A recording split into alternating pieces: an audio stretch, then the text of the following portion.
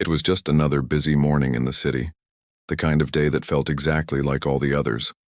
The sun was barely up, painting the streets in a dull golden light, and people were already rushing to work. Coffee cups in one hand, phones in the other, faces tired but determined. Everyone seemed to be in a silent race against time. David stood at the bus stop, a small paper cup of coffee in his hand and his worn-out bag hanging from his shoulder. He was an ordinary man with an ordinary life. Nothing special, nothing fancy. He worked as an office clerk downtown, the kind of job that pays the bills but doesn't make headlines. He was the kind of person you might see every day but never really notice, always polite, always quiet. As he waited, he watched the street come alive. The smell of butter and coffee filled the air, and for a moment, David smiled. He liked mornings like this, even though they were chaotic. There was something comforting about routine, something safe about knowing what came next. The bus finally arrived with a loud hiss, and people quickly moved forward. David followed, swiping his bus card and finding a seat near the window. It wasn't the most comfortable spot, but it let him watch the city pass by, which he always enjoyed. Outside the window, the streets rolled by like scenes from a movie. People walking fast, shop owners opening their stores, students laughing on their way to school. Everything seemed alive, busy, and full of stories David would never know. He took a sip of his lukewarm coffee and sighed. He thought about the day ahead, another stack of papers, another quiet lunch eaten alone at his desk. He wasn't unhappy, but he wasn't excited either. His life was predictable, calm, and maybe a little bit lonely. Every day felt the same, and though he sometimes dreamed of change, he didn't know what kind of change he wanted. The bus jolted as it turned a corner. A young man with headphones, an elderly woman clutching a shopping bag, a couple whispering to each other. Everyone looked lost in their own little worlds. David noticed a young student standing near the door, her backpack almost as big as her, and he smiled slightly, remembering his own school days. Life had felt simpler then. He used to believe that good things happened to good people. But as he grew older, that belief started to fade. The world seemed harsher now, colder. People didn't look at each other much anymore. They just looked down at their phones. He thought about calling his mother later. She always told him, "David, kindness never goes unnoticed." And he would laugh, saying the world didn't work like that anymore. But deep down he still wanted to believe her. The bus stopped again, and as it started moving he noticed a woman struggling to keep her balance near the door. She looked tired, one hand resting on her stomach. That's when David realized she was pregnant. He watched as she glanced around, looking for a place to sit. But all the seats were taken and no one seemed to notice or care. A few people even avoided eye contact, pretending to be busy on their phones. David felt a pang of guilt. He knew that feeling of being ignored in plain sight.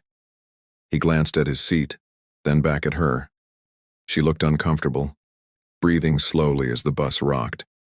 David didn't think twice. He stood up and gently said, "Ma'am, please take my seat." The woman looked surprised, then smiled weakly. "Oh, thank you, that's very kind," she said, her voice soft but sincere. David smiled back and stepped aside, holding onto the rail as she sat down carefully. He didn't think much of it. To him it was just basic manners, but something about her expression stayed with him, a mix of exhaustion, relief, and gratitude. As the bus moved forward, David found himself wondering about her story. He didn't know it yet, but this small act of kindness on this ordinary morning would soon turn his quiet life upside down. He looked out the window, completely unaware that the simplest decision he had just made would soon become a story that touched millions. The bus rattled along the busy streets, a steel capsule filled with tired faces and unspoken thoughts. I held onto a metal pole, feeling the city's rhythm through the wheels. Standing was fine by me. It offered a better view of the world unfolding inside this small space. It's funny how every stranger carries a whole universe within them, completely unseen. A few steps away, the woman who had taken my seat sat quietly. She looked to be in her early 30s, a light blue dress stretching gently over her pregnant belly.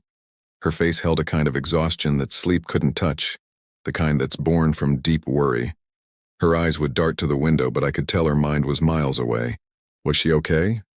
I hesitated to ask, not wanting to intrude on her private world.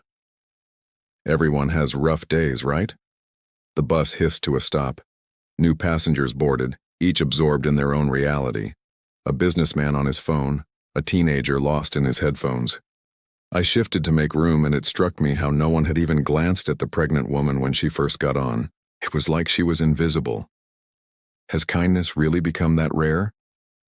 As if she read my thoughts, she turned slightly and our eyes met. We shared a small, fleeting smile. It was a silent thank you, more powerful than words. I watched her place a hand protectively on her belly with every jolt of the bus.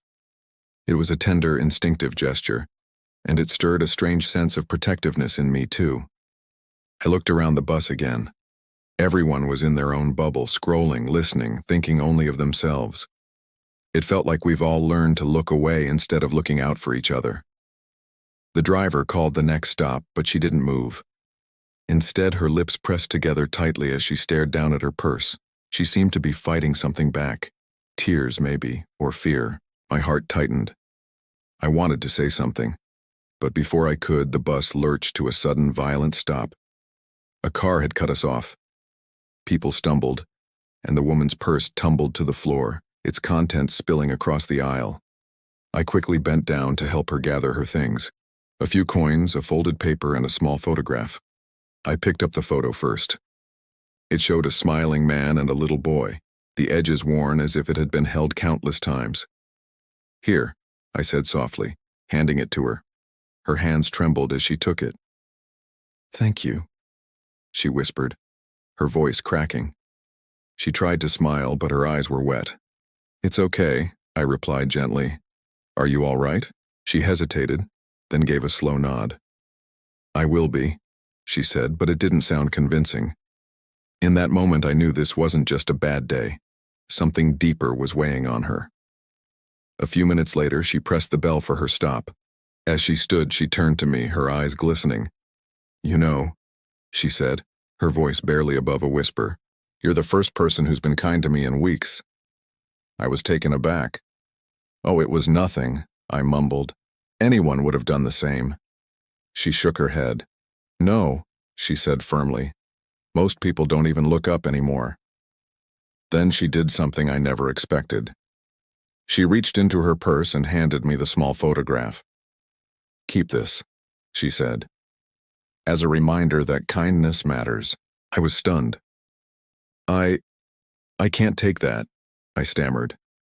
She just smiled, a warmth radiating from her eyes. "Please," she insisted, "it's just a copy." Before I could argue, the bus doors opened, and she was gone, swallowed by the city crowd. I stood there, holding the picture, a whirlwind of emotions swirling inside me. I turned it over. On the back, in neat handwriting, were the words, "Never underestimate the power of a small good deed." The bus moved on, but I didn't see the streets passing by. I just stared at the photo, wondering who she was. It was supposed to be just another ordinary morning, but I knew deep down that this encounter was no accident. It was the beginning of something that would change me forever. The bus kept moving, its engine humming like a slow heartbeat. David sat near the back, holding a photograph a pregnant woman had given him. He couldn't stop staring at it. The picture showed a smiling man holding a small boy, both looking happy and peaceful. It wasn't just a photo. It felt like a memory that carried warmth. David turned the picture over, reading the words she had written, "Never underestimate the power of a small good deed." He whispered them under his breath. They felt heavy with meaning. When he looked up, the seat she had occupied was empty. Her absence felt strange, almost too quiet, as if she had taken something important with her when she left. Later that day at his office, everything seemed the same. His desk piled with papers, his computer humming, his coworkers busy. But David wasn't really there. His mind kept drifting back to the woman from the bus. During lunch, he pulled the photo from his wallet. He decided to keep it, not out of pride, but because it gave him something he hadn't felt in a long time. Hope. A few days passed. David took the same bus, sat in the same seat and saw the same faces. But now, he noticed things he used to ignore. He saw how people avoided helping each other, how strangers stayed strangers. He also noticed the few who did the opposite. A young boy helping an old man with dropped groceries, a woman sharing her umbrella. He started to smile more, say thank you more, even hold doors for others. His small act on that bus had changed the way he looked at the world. Then one morning, as David boarded the bus, he noticed a commotion. The driver was talking to an agitated man in a dark jacket. David moved closer and saw a young woman sitting by the window, her hands trembling with fear. The man was shouting, accusing her of something. Instinct told David to step in. "Hey," David said calmly. "Is everything okay here?" The man turned sharply, glaring. "Mind your own business," he snapped. David could have walked away, but something inside him refused. "Sir," David said firmly, "you're scaring her. Yelling won't solve it." The man muttered under his breath and backed away. The young woman looked at David with tears in her eyes. "Thank you," she whispered. He sat beside her until her stop. When she got off, she turned and said, "The world needs more people like you." That night, he placed the photograph on his bedside table. It seemed to glow. A few weeks later, rushing to the bus stop, he saw her again. The same pregnant woman sitting quietly near the window. He blinked, surprised. "It's you," he said, walking over. She smiled. "Yes, you again." He laughed lightly. "I still have the photo," he said, pulling it from his wallet. Her eyes softened. "Good. Keep it close. It's a reminder." "A reminder of what?" he asked. She smiled faintly. "That sometimes the smallest kindness can reach places you'll never see." Before he could ask what she meant, her stop came. "Wait," he said quickly. "Can I at least know your name?" She paused. "You already do. It's written on the back of the photo." David watched her disappear into the morning crowd. His heart pounded as he turned the photo over. For the first time, he noticed something new written below the old words. Faint, but clear. It said, her name was Grace. David sat there quietly, a small smile forming on his lips. He whispered the word to himself. Grace. It felt perfect. He didn't know who she was, but one thing was certain. Her kindness had changed him forever, and now it was his turn to pass it on. The morning sun poured gently through the bus windows, painting soft streaks of gold across the seats. David sat quietly, his fingers brushing over the photo in his hand. The name written on the back, Grace, echoed in his mind like a song he couldn't forget. It had been a few days since he last saw her, but her presence still lingered. Every time he thought about that brief encounter, he felt something warm inside, something peaceful, as if life had whispered a secret to him that only he could hear. That day, David took the same bus again, the same seat, the same route. Everything looked familiar, the same traffic lights, the same streets, the same tired faces. But something in the air felt different. It was quiet, almost too quiet. As the bus made its usual stops, David stared out the window, lost in thought. He remembered the way Grace had looked at him, the calm in her voice, and the words she had left behind. The smallest kindness can reach places you'll never see. He didn't know why, but those words kept repeating in his head. They felt like a riddle, one he couldn't solve.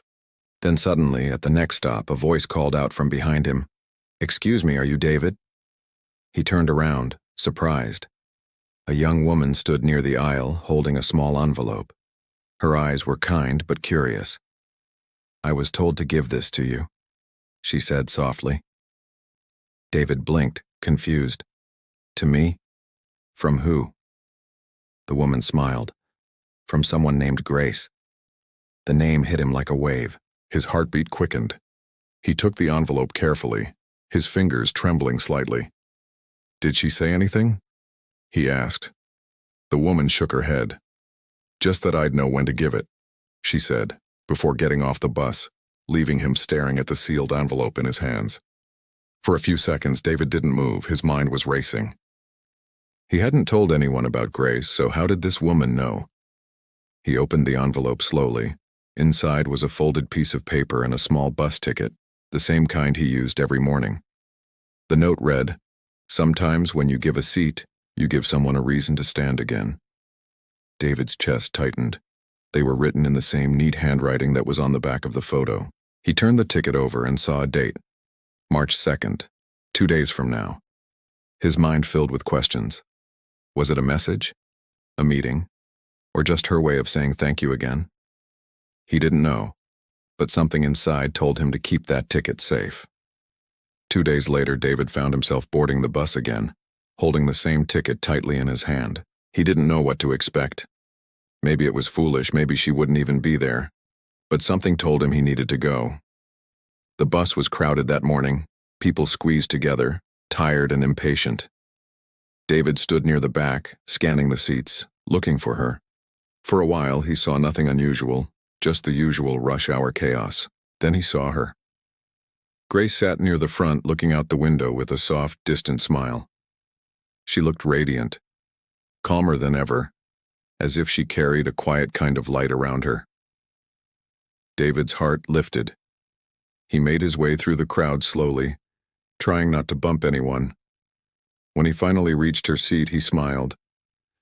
"I wasn't sure I'd see you again," he said gently. Grace turned to him, her eyes warm. "You kept the ticket," she said softly. "Of course," David replied. "You gave it to me for a reason, didn't you?" She nodded slightly. "Yes," she said. "I wanted to see if you believed in signs." David frowned slightly. "Signs?" Grace looked at him, her gaze steady. "Sometimes life tests us, David," she said. "We think we're helping someone else, but really we're helping ourselves." He didn't fully understand, but something in her voice told him it mattered. The bus slowed down near the hospital stop, and Grace stood up. "This is me," she said, gathering her things. David's heart sank a little. "Are you all right?" he asked quietly. Noticing the slight tremble in her hands, she smiled faintly. "I will be," she whispered. "I just wanted to thank you again." Before she stepped off, she turned to him one last time. "David, promise me something," she said softly. "Anything," he replied. "Don't stop being kind," she said, "even when no one's watching." And just like that, she was gone again. David sat there watching her disappear through the hospital doors. The rest of the day, her words replayed in his mind. That night, as he placed the ticket next to the photo on his bedside table, he noticed something he hadn't seen before. At the bottom corner of the picture, there was a faint mark. He lifted it closer to the light and saw a small handwritten line. "Thank you for reminding me life is still beautiful." David felt a lump in his throat. He didn't know what Grace was going through, but now he understood why she had cried that day. It wasn't just exhaustion, it was pain. Pain she carried quietly, until one small act of kindness gave her a reason to smile again. He looked at the photo and whispered softly, "No, Grace, thank you." Outside his window, the city lights flickered like tiny stars, and David realized that sometimes life brings strangers together not by chance but by purpose. Grace hadn't just changed his morning, she had changed his heart. 2 days had passed since I last saw Grace step off the bus and walk into that hospital, but her face kept replaying in my mind. It was like a soft echo that just wouldn't fade. I couldn't explain it, but something about her calm smile, her mysterious words, her quiet sadness, it all felt unfinished. Like her story still had one more chapter left. That morning I woke up early, way before my alarm. The sky outside was pale and gray, hinting at rain. I just sat there, on the edge of my bed, staring at the photo and the bus ticket on my nightstand. I traced the words she'd written, "Never underestimate the power of a small good deed," and whispered them. They felt heavier now, like they held a meaning I hadn't yet grasped. I couldn't shake the feeling that I needed to see her again, not out of curiosity but out of a deep concern. There was something in her eyes that day, something that looked an awful lot like goodbye. I skipped breakfast, grabbed my coat, and headed for the same bus route. The city felt different that morning, cooler, quieter. The usual morning rush seemed to have slowed down, as if the world itself was holding its breath. When I got on the bus, it was the same driver, the same familiar faces, the same rhythm of the ride. But this time, Grace wasn't there. Her empty seat by the window looked strangely lonely. I sat down, my thoughts racing. The hospital stop was only a few miles away, and as the bus got closer, I made a sudden decision. I pressed the stop button and got off. The hospital loomed ahead, tall and cold-looking under the cloudy sky. Inside, the smell of disinfectant filled the air, and the faint sound of beeping machines echoed down the long hallways. I walked up to the reception desk, not even sure what I was going to say. A woman looked up and smiled politely. "Can I help you, sir?" I hesitated. I'm looking for someone," I said slowly. "Her name's Grace. I don't know her last name, but she's pregnant. She might have come in a few days ago." The receptionist frowned thoughtfully and started typing. "We have a few patients by that name," she said. "Do you know which department?" I shook my head, feeling foolish. "No, I don't. I just met her on the bus." She gave me a gentle smile. "Let me check the maternity ward records. Please wait a moment." A few minutes later, she came back, her expression much softer. "There was a Grace admitted 3 days ago," she said quietly. "But," she paused, choosing her words carefully, "she didn't make it." I froze. My heart just dropped. "Didn't make it?" I repeated, my voice barely a whisper. The woman nodded. "Complications during delivery," she said softly. "But her baby survived, a little boy. He's in the neonatal care unit." I just stood there, motionless, her words echoing in my ears. Grace. Gone. The woman who had changed my whole perspective on kindness. The stranger who'd left me a message about hope. Gone. I don't know how long I stood there before I managed to ask, Is there anyone with the baby?" The receptionist shook her head. "No one. She didn't list any family," she said gently. "She only left a note with the nurses. It had your name on it." My heart pounded against my ribs. "My name?" I whispered. She nodded, pulling a folded note from a file and handing it to me. My hands trembled as I opened it. The handwriting was the same, steady, graceful, familiar. "David, if you're reading this, it means I couldn't stay. But I need you to know that your kindness gave me peace in my last days. You reminded me that good people still exist. I name my baby after you, David, because you gave both of us hope. Please, if you can, make sure he grows up in a world where kindness is never forgotten. With love, Grace." The note fell silent in my shaking hands. Tears filled my eyes. I sank into a nearby chair, completely speechless. My heart ached for Grace, for the strange, powerful bond we had formed in such a short time, a bond built not on years, but on a single act of kindness. A nurse approached me quietly. "Would you like to see the baby?" she asked gently. I wiped my eyes and nodded. She led me to a small room filled with soft beeping sounds. She stopped beside a small crib where a tiny baby lay wrapped in a white blanket.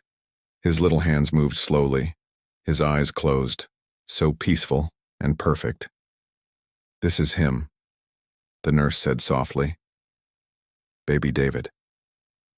I leaned closer, a small smile breaking through my tears. The baby's face was so calm, so innocent. In that moment, I felt something deep shift inside me. It wasn't just sadness anymore, it was purpose. Grace hadn't just given me a note, she had given me a mission. I reached out and gently touched his tiny hand. His fingers instinctively curled around mine. "Hey there, little one," I whispered. "You've got a brave mom."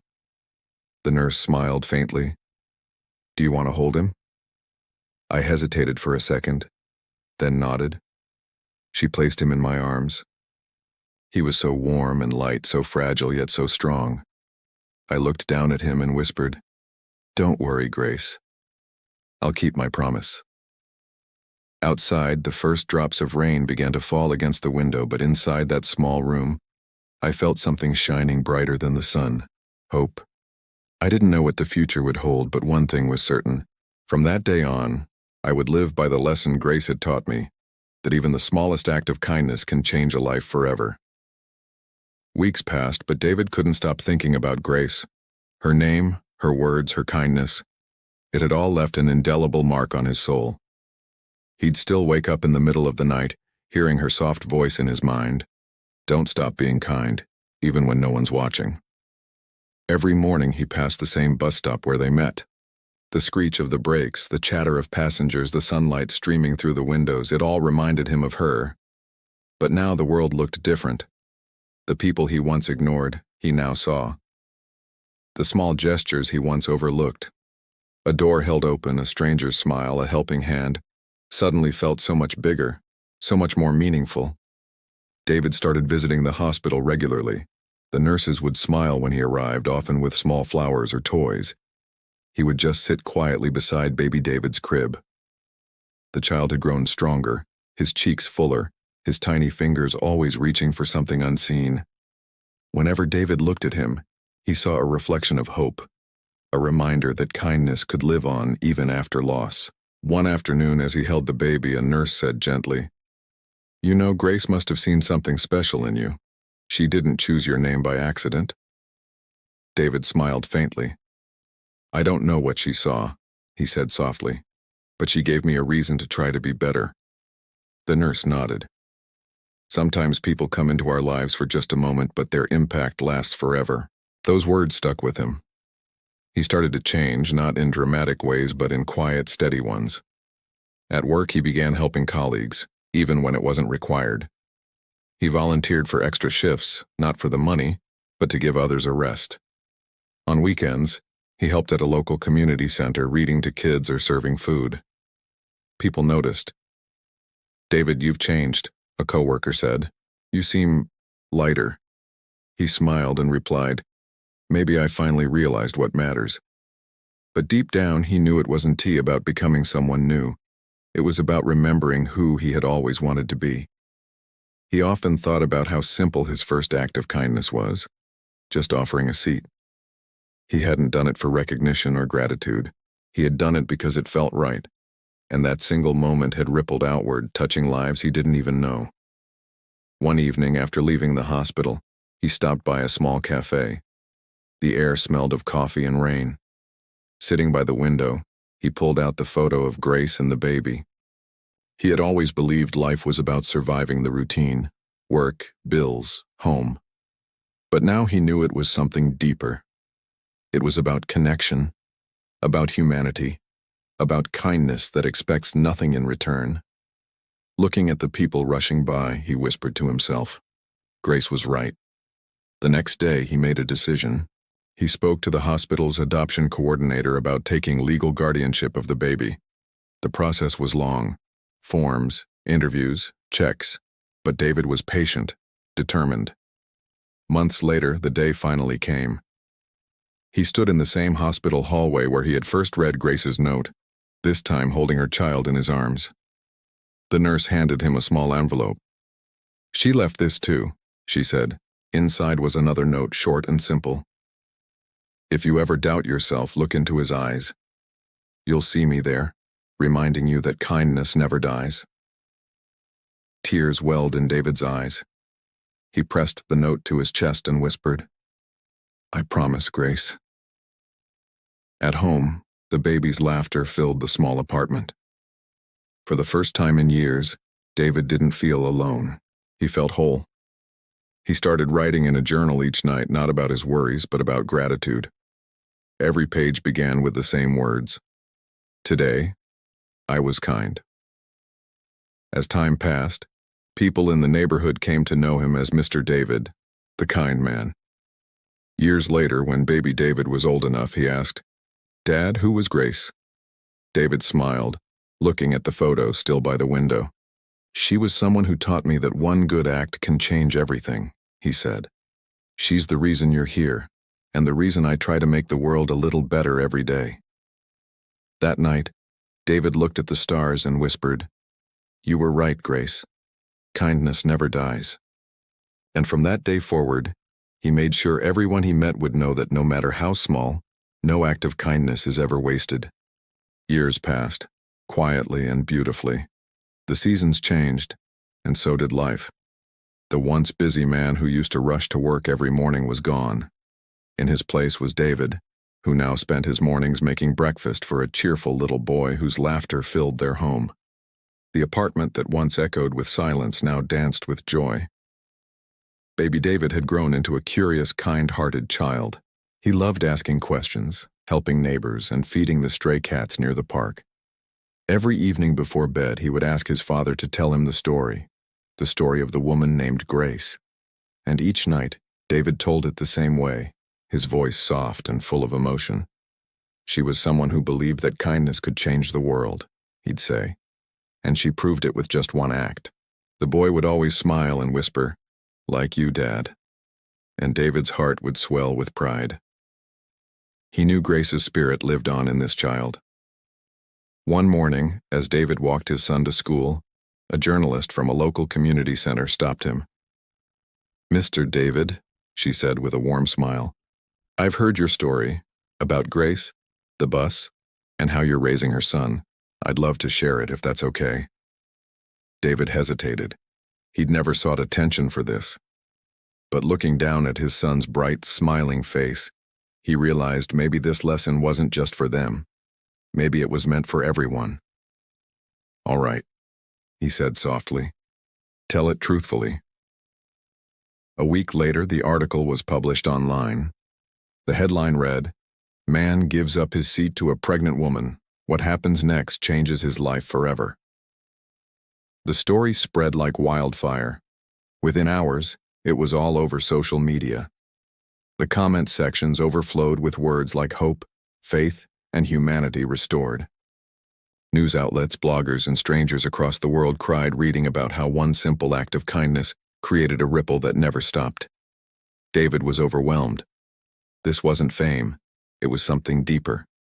People were moved not by him, but by Grace's message. Emails and messages poured in. A woman wrote, "Your story made me visit my mother after 5 years of silence." Another said, "Because of Grace, I decided not to give up today." David read them all, tears in his eyes, realizing that kindness has no borders. He was invited to speak at a local school. Standing on stage, looking at hundreds of young faces, he began, "Years ago, I gave up my seat on a bus. It didn't seem like a big thing, but that small act changed my life forever. Her name was Grace, and she taught me something I will never forget. Kindness is never wasted." He paused. We often wait for big moments to do good things. But life isn't about the big moments. It's about the small ones, the ones no one sees. The applause that followed was not loud, but heartfelt and warm. Afterward, a young girl came up to him. "Mr. David," she said shyly, "I want to be like Grace when I grow up." David smiled, his eyes glistening. "Then the world will be lucky," he said. One afternoon, David sat by the window with his son, who was now old enough to understand. "Dad, do you ever miss her?" the boy asked. David smiled faintly. "Every day, but I see her everywhere, in people helping others, in every act of kindness, in you." They sat in silence, watching the world outside. A young man helped an elderly lady cross the street. A woman returned a dropped wallet. David smiled. "You see that?" he whispered. "That's Grace still working." And so, her message became eternal, proof that in a world that often forgets to care, one simple act could remind everyone what it truly means to be human.